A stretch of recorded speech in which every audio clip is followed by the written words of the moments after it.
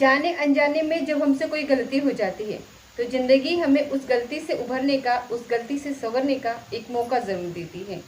आज की कहानी जो मैं आपको सुनाने जा रही हूँ, इस कहानी में एक सरकारी शिक्षिका है। उससे एक बहुत बड़ी गलती होने जा रही थी।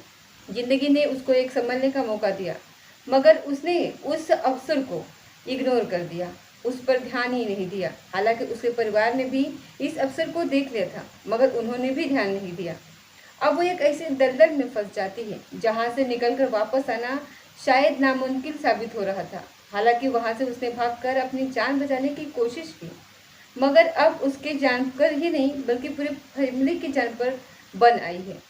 बात जब शासन प्रशासन तक पहुँचती है तो सबके अंदर एक सिरंसी पैदा हो जाती है कि क्या कोई व्यक्ति इतना क्रूर भी हो सकता है, क्या कोई व्यक्ति इतना गलत काम भी कर सकता है, वो भी किसी और के साथ नहीं बल्कि अपनों के साथ। नमस्कार, स्वागत है आपका हमारे चैनल पर। आज की जो सच्ची घटना मैं आपको सुनाने जा रही हूँ, ये सच्ची घटना है मध्य प्रदेश का एक शहर है इंदौर, और इसी शहर की ये घटना है। दरअसल 16 जनवरी 2022 की सुबह लगभग 6 बजे के आसपास छत्तीसगढ़ का एक इलाका लगता है बीजाघाट, बेमदरा। दरअसल सुबह के 6 बजे के आसपास का ये वाक्य है। किसी सरकारी टीचर का एक भाई है जो घर से बाहर निकला था किसी काम के लिए। अचानक ही 3 लोगों ने उस पर हमला कर दिया। किसी तरीके से वो भागकर अपने घर में आया और घर में आकर के छुप जाता है और शोर मचाता हुआ आता है। इसलिए आसपास के जो लोग थे वो जाग जाते हैं और कहने लगते हैं, अलर्ट हो जाते हैं, कहते हैं कि क्या मामला है। घर में जाता है, अपनी बहन अपने पिता से कहता है कि जल्दी से आप लोग अपने आप को संभालो, कुछ लोगों ने हमला कर दिया है। हालांकि हमला करने वाले कोई और नहीं, उसके पति के भेजने वाले कुछ किराए के गुंडे थे।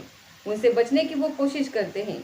तुरंत ही वो पुलिस को फ़ोन करते हैं। पुलिस मौके पर आती है और यहाँ के इलाके के लोग भी अलर्ट हो जाते हैं। इससे पहले कि वहाँ पुलिस आती, ये हमलावर वहाँ से भाग जाते हैं।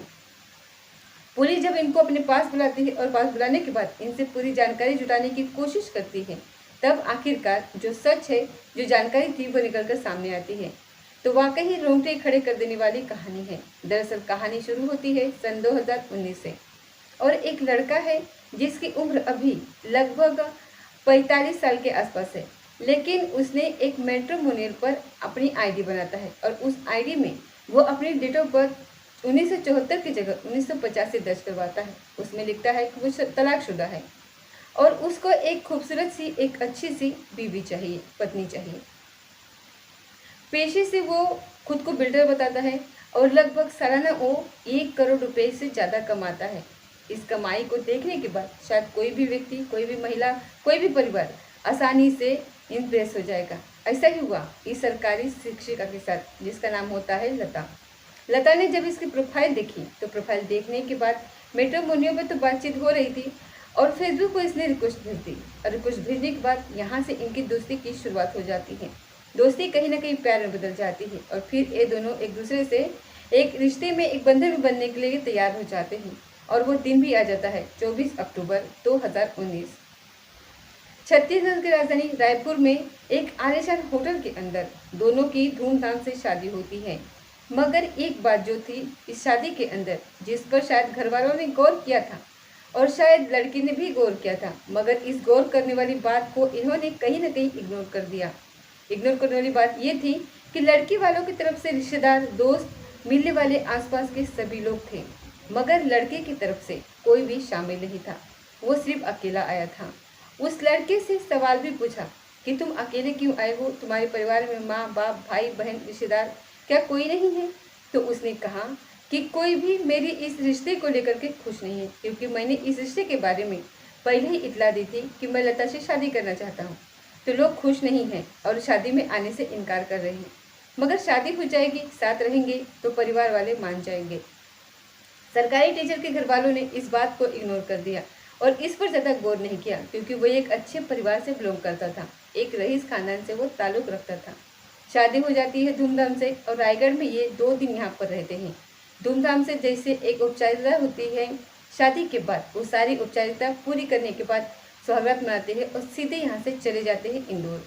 इंदौर में लगभग 15 दिन एक होटल में रहते हैं और होटल में रहने के बाद जो ज़िंदगी के बहुत ही खूबसूरत दिन थे, अब इस लड़के के साथ, जिसका नाम राजेश विश्वकर्मा होता है, जो कि एक बिल्डर है और शहर का नामी आदमी है, उसके साथ इसकी पत्नी लता रहती है 15 दिन के आसपास, और वो बहुत ज़्यादा खुश थे। जिंदगी के ये सबसे खूबसूरत पल थे जो बिताए जा रहे थे। इसके बाद लता जिद करती है कि मुझे अपने घर वालों से मिलाओ, मुझे अपने परिवार वालों से मिलाओ, मैं सबसे मिलना चाहती हूँ। तो राजेश ने कहीं ना कहीं एक बहाना बनाया कि हम लोग अभी मिल नहीं सकते, अभी घर का माहौल ठीक नहीं है, इसीलिए मेरा जो फार्म हाउस है तुम्हें वहाँ चलना चाहिए। इसका एक फार्म हाउस है जो कि एक इलाका है मध्य प्रदेश का, शिप्ला थाना क्षेत्र का मांगले इलाके में इसका एक फार्म हाउस है। आलीशान फार्म हाउस है जिसको देखने के बाद किसी के भी रूह भाग जाए। ऐसी क्या चीज़ नहीं थी इस फार्म हाउस के अंदर, पूरा सीसीटीवी कैमरे से कैद था। इसके अंदर अच्छे बेड हैं, अच्छे फ्रिज है, सारा सामान यहाँ पर जो कि सुख सुविधा के लिए जो जिस चीज़ की ज़रूरत होती है वो हर चीज़ यहाँ पर मौजूद होती है। बड़ी बड़ी महंगी महंगी गाड़ियाँ होती है, इस तरीके के बड़े बड़े कंपनी की चीज़ें यहाँ पर होती है, अवेलेबल है, आसानी से उपलब्ध होती हैं। जब इसके फार्म हाउस में ये लता पहुँचती हैं तो वाकई में इसके लिए ऐसा लगा कि जैसे इसकी ज़िंदगी के सबसे खूबसूरत पल अब यहाँ पर शुरू होने वाले हैं। यहाँ पहले से एक नौकर मौजूद है और इनका स्वागत करता है, और यहाँ लगभग ये 15 दिन बहुत ही बेहतरीन, बहुत ही शानदार तरीके से एक कहते हैं कि बड़े लोगों की तरह ये लोग रहते हैं, और ज़िंदगी बहुत खुशहाल चल रही थी। पहले 2 दिन रायगढ़ में और उसके बाद फिर 15 दिन इंदौर में, और अब शुरू होती है एक नई ज़िंदगी इस फार्म हाउस के अंदर। और धीरे धीरे वक्त गुजरने लगता है, 15 दिन कब हो जाते हैं पता ही नहीं चलता। और राजेश की एक आदत थी, उसको अपने ही घर के अंदर एक बड़ी सी स्क्रीन लगी हुई थी, उस स्क्रीन पर उसे फिल्म देखने की, फिल्म ऐसी कि जिसमें न्यूड फिल्में होती हैं, पश्चिम की वो फिल्में होती हैं, अंग्रेजी फिल्में होती हैं। अब वो अपने पत्नी से ऐसे ही फिल्में देखने के बाद बिल्कुल वैसे ही उसे उसके साथ संबंध बनाने के लिए जिद भी करने लगता है।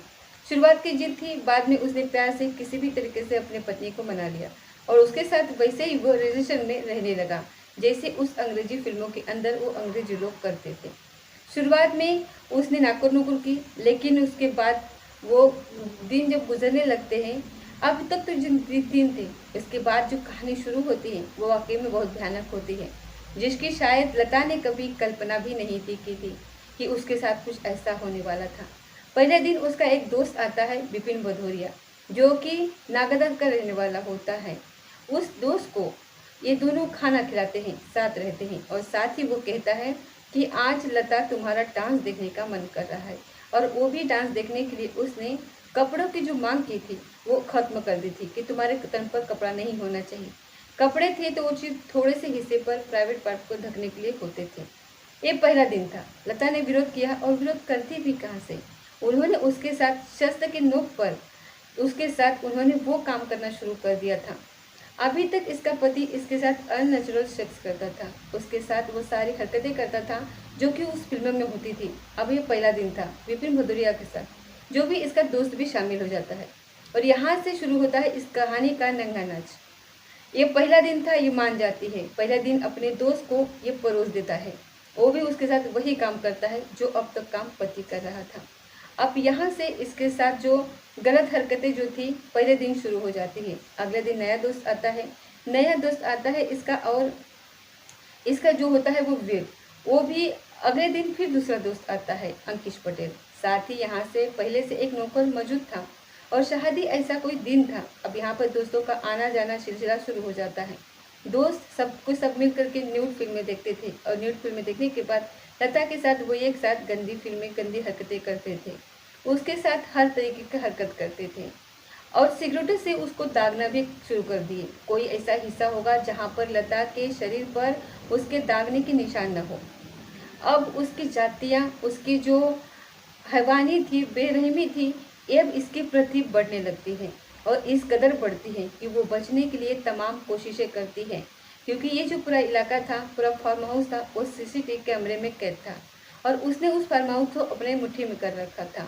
ये सीसीटीवी कैमरे ऑनलाइन थे, और ऑनलाइन वो अपने कैमरे में देखता था, और साथ ही इसने नौकर से कहा था कि इसको, ये जब कमरे में रहे तो इसके तन पर एक भी कपड़ा नहीं होना चाहिए, ताकि ये भागने की कोशिश यहाँ पर ना करें, इसको भागने का बिल्कुल भी अवसर ना मिले। इस पर इतनी नज़र रखी जाने लगी, और आए दिन कोई ना कोई दोस्त आता था, इसके साथ संबंध बनाता था, जैसे मन चाहे वैसा करता था। शुरुआत में 3 या 4 दोस्त थे, फिर संख्या बढ़ने लगती है, अब संख्या 10, 15, 20 तक पहुँच जाती है। जब जिसका मन करता था वही लता के साथ गंदी हरकतें करता था। जब इसका मन करता था बात करने के लिए, ये रिक्वेस्ट करती थी, हाथ पैर जोड़ती थी कि मुझे मेरे परिवार वालों से बातचीत करा दो, तब शस्त्र की नोक पर इसके घर वालों से इसकी बातचीत कराई जाती थी और सिर्फ अपने घर वालों से हालचाल लेती थी। अपने जो भी हालचाल थे वो झूठ मूठ हालचाल देती थी। और इसके पति राजेश विश्वकर्मा जो था वो इसके साथ जातियों की इंतहा पार कर चुका था। कब धीरे धीरे कर करके 3-4 महीने गुजर जाते हैं इसको पता ही नहीं चलता और धीरे धीरे वक्त आगे गुजरते चला जाता है और वो लड़की बेइंतहा परेशान होने लगती है। वो बार बार रिक्वेस्ट करती है कि मुझे यहाँ से जाने दिया जाए, मैं यहाँ से जाना चाहती हूँ, मुझे माफ़ कर दीजिए, मैं कभी भी तुमको परेशान नहीं करूँगी।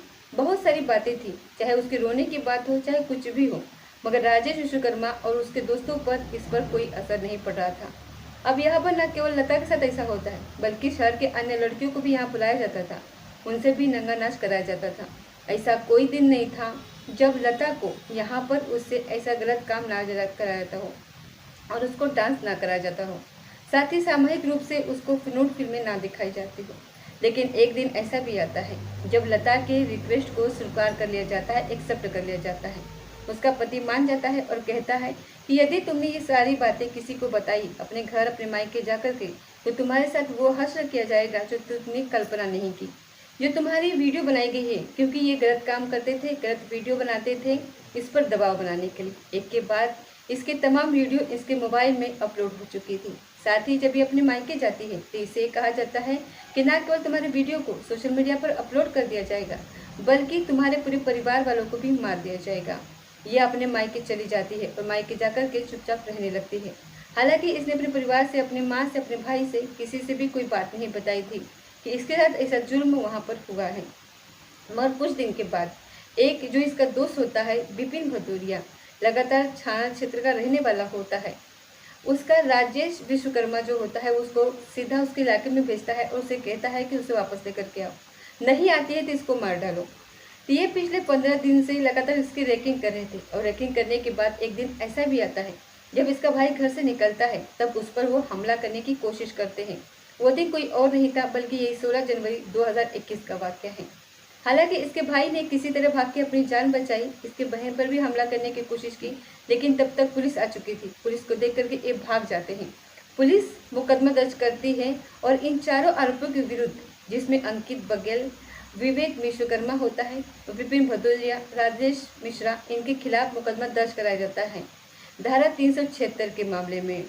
और इसके बाद 377, 322, 506 इस तरीके के इन पर धाराएं लगाई जाती हैं।